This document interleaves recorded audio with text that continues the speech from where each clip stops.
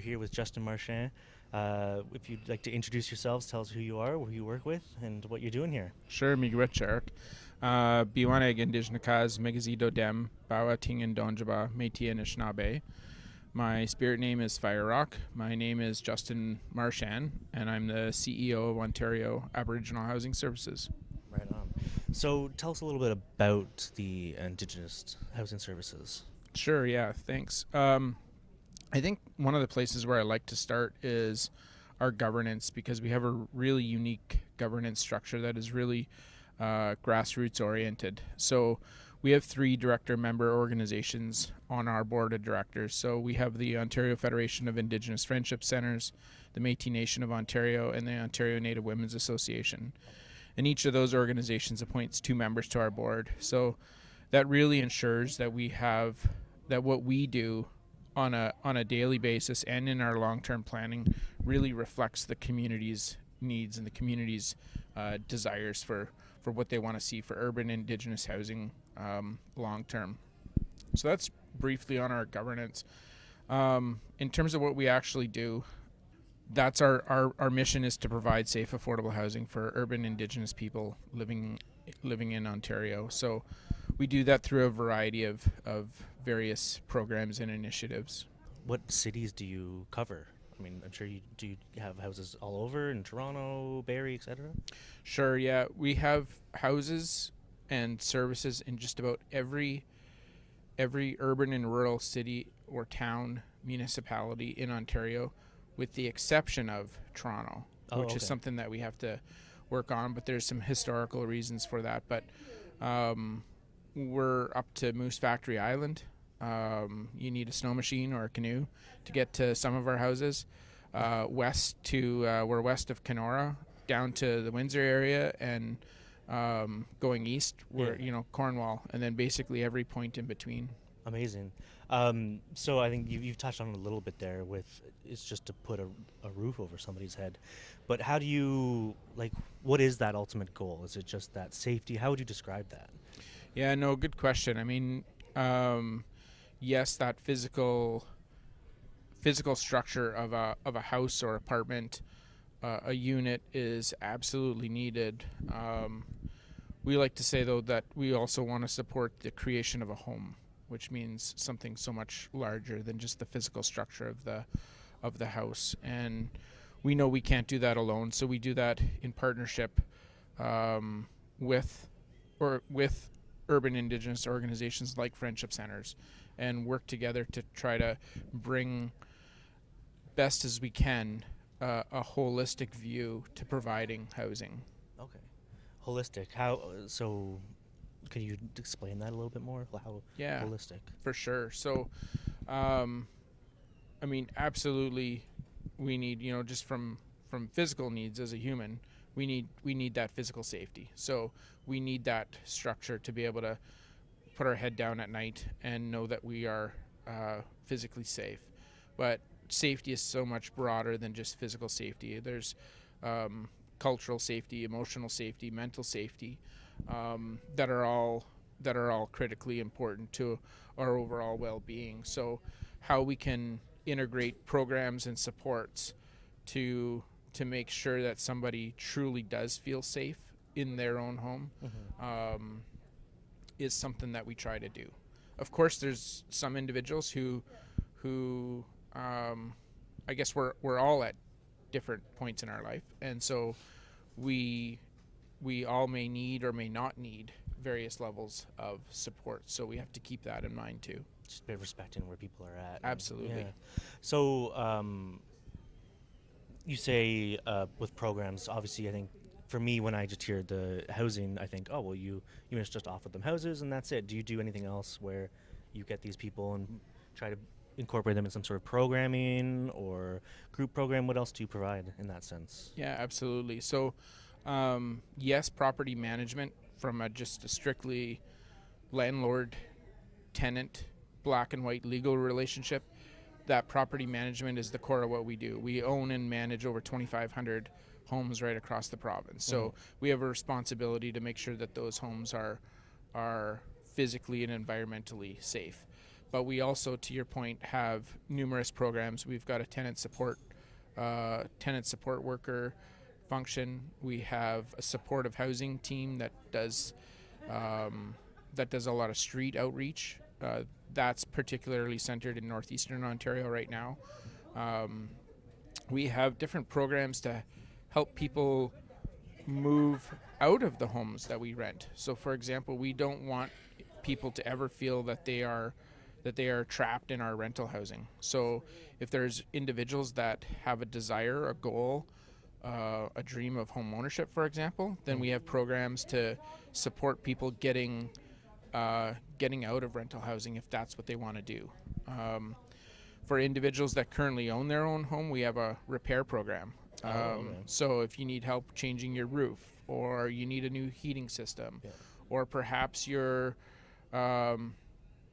grandmother or your grandfather is moving in with you, or perhaps you've had an injury and you need accessibility modifications. So we help with that sort of situation as well too.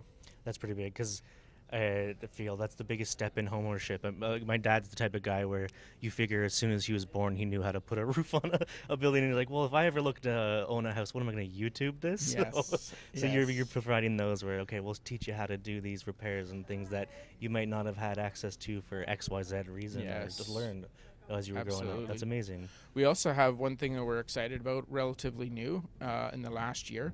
We've started a new energy department. So there we're helping tenants and homeowners upgrade the homes that they live in, so we can reduce the incidence of energy poverty. And right now our energy team, we've just started, and they're looking at monthly savings of anywhere from $50 to $250, which is absolutely huge for anyone. I mean, that's groceries, that's clothes, that sort of savings that we can try to attain for the people that we serve is so important. But then it's also about taking care of our environment and making sure that we're positively contributing to reducing climate change, the impacts thereof. So a lot of really broad thinking that has gone into the programs and services that we have. And again, those ideas come from community, through our board of directors, and that is so humbling. So you keep saying that sort of that environmental impact. Does that mean, like, when you're putting somebody in a home or you're finding a home for somebody, you're looking at, like, in my mind that goes straight to like solar panels, or is that what you mean by that, like how your environmental impact is? Yeah, absolutely. So when you have a portfolio that's as broad and diversified as ours, we've got some homes that are 120 years old, literally built in the 1800s, which have required massive updates. Fast forward to 6 months ago, we were moving people into new net zero, completely off-grid homes. Oh, interesting. Where our tenants have an energy bill of $0 every month, where us as the legal landlord has an energy bill of $0 every month. And so, if we can get back to that past, if you will, right, where energy wasn't a cost, wasn't a burden. If we can get back to that old way of living with new technology, think of the impacts that could have if somebody's not spending $300, $400, $500, $600 a month on utilities, right? Yeah, it's funny, we always use that word, that like old way of living, but it's almost like, well, it's a human right. You shouldn't really have to be like paying to have the lights on or be warm or have running water, but then so that's insane. That's really cool. That's amazing that you guys have just the decent amount of programs that go in and build these up. I don't know if this is a super deep question, but what do you think the catalyst is that made it so that you have to have a job like this to help just put a roof over somebody's head? This is that is a very deep question, and we often think about this, I often think about this, our team often thinks about this, is that it is really extremely unfortunate that we have to be spending our time helping people that are in deep poverty without housing through no fault of their own. And of course we would hope that we wouldn't even have to be here. Yeah, right? I was going to say, it's one of those jobs that you probably must be so proud to be a part of, but you almost wish that you didn't have it. 'Cause Absolutely. the fact that it exists means that there's something wrong. Absolutely. So, I mean, we talk about serving 11,000 people every day, but what we also talk about is that in what's now called Ontario, there are 90,000 urban Indigenous people who don't have safe, affordable housing. Right. So that road ahead of us is so much longer than the road that's behind us. And there's an enormous amount of work to do, unfortunately. But fortunately, I mean, we do have such strong community support.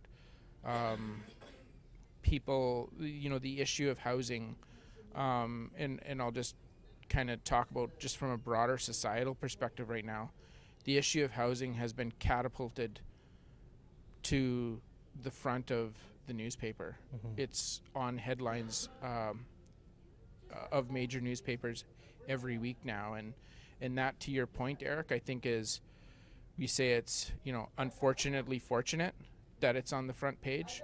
Unfortunate, like you said, that we're even here, but fortunate that at least people are starting to pay attention now. Yeah, I think that's kind of the message of this whole event, is that sort of like really amazing idea that the amount of work that all these people and all these centers and people like you have been able to make. I think the word was bring all of our issues and all of our needs to the top of the list, so that the government and the news and people like that are starting to see it and starting to hear it. And Yes. yeah, Absolutely. yeah.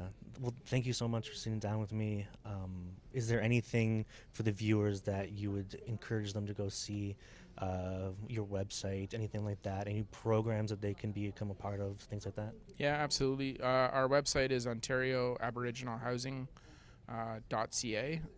Please feel free to visit there. We've got all of our contact information on there, all of our programs, and please bring forward any ideas that you have. Share your thoughts, share your ideas. That's what's going to make us stronger, and share your thoughts about housing with people in your community. What can we do? What are the needs in your community? And reach out to us. We've got a director of housing development, Kathy Connor.